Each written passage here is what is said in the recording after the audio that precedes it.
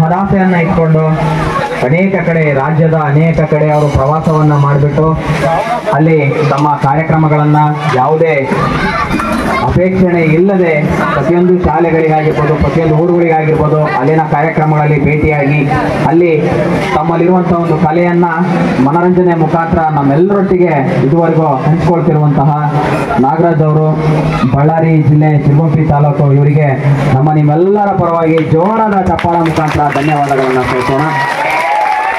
ಏನು ಅವರ ಒಂದು ಕನಸು ಏನಿದೆ ಅದು ಇನ್ನಲ್ಲ ಮುಂದೆ ಒಂದಲ್ಲ ಒಂದು ದಿನ ನಾನು ಸಾಗುತ್ತೆ. ಆಲ್ ದ ಬೆಸ್ಟ್ ಸರ್ ಅಂತ ಹೇಳ್ರಿ.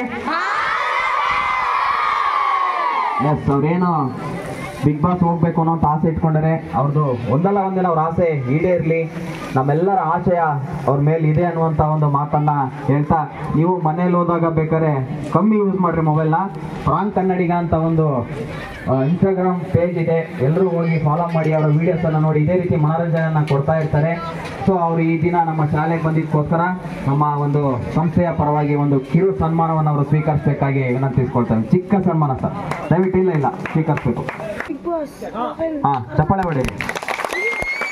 ಇದು ಇದೇ ರೀತಿಯಾದಂಥ ಪ್ರದರ್ಶನವನ್ನ ಮುಂದುವರಿಸಲಿ, ಅವರ ಒಂದು ಕಲೆಯನ್ನ ಪ್ರದರ್ಶಿಸ್ತಾ ಹೋಗ್ಲಿ, ಅವರ ಆಸೆ ಆದಷ್ಟು ಬೇಗ ಈಡೇರಲಿ ಅನ್ನುವಂಥ ಒಂದು ಮಹತ್ವಾಕಾಂಕ್ಷೆಯನ್ನು ನಾವೆಲ್ಲರೂ ವ್ಯಕ್ತಪಡಿಸೋಣ. ಜೋರಾದ ಚಪ್ಪಾಳೆ ಬರಲಿ.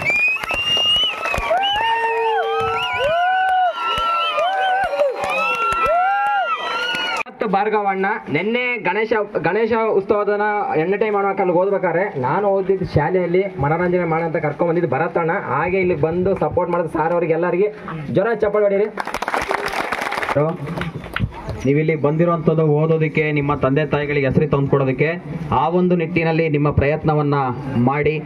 ಸೊ ಮುಂದಿನ ದಿನಗಳಲ್ಲಿ ನಿಮ್ಮ ಒಂದು ಇಚ್ಛೆ ಏನಿರುತ್ತೆ, ನಿಮ್ಮ ಆಸೆ ಏನಿರುತ್ತೆ, ಅದೇ ರೀತಿಯಲ್ಲಿ ಬೆಳೀತಾ ಹೋಗ್ರಿ ಅನ್ನುವಂತಹ ಒಂದು ಮಾತುಗಳನ್ನು ಹೇಳಿದರೆ, ಮತ್ತೊಮ್ಮೆ ನಮ್ಮ ಶಾಲೆಗೆ ಬಂದ್ಬಿಟ್ಟು ಇಷ್ಟೊಂದು ಒಳ್ಳೆಯ ಕಾರ್ಯಕ್ರಮವನ್ನು ನಮ್ಮ ಮಕ್ಕಳಿಗೆ ಕೊಟ್ಟಿದ್ದಕ್ಕೆ ನಮ್ಮ ಎಲ್ಲ ಆಡಳಿತ ಮಂಡಳಿಯ ಪರವಾಗಿ, ಶಿಕ್ಷಕ ವೃಂದದ ಪರವಾಗಿ, ಹಾಗೆ ನಮ್ಮ ವಿದ್ಯಾರ್ಥಿಗಳ ಪರವಾಗಿ ಅವರಿಗೆ ಜೋರಾದ ಚಪ್ಪಾಳೆ ಮುಖಾಂತರ ಧನ್ಯವಾದಗಳನ್ನ ತಿಳಿಸೋಣ. ಮತ್ತೆ ಈ ಕಡೆ ಏನಾದ್ರು ಬಂದರೆ ಮತ್ತೊಮ್ಮೆ ಬರ್ಲಿ ಸರ್ ಅಂತ ಹೇಳ್ಬಿಟ್ಟು ನಾನು ಅವರಿಗೆ ಇನ್ವೈಟ್ ಮಾಡ್ತಾ ಇದ್ದೀನಿ. Okay sir, thank you.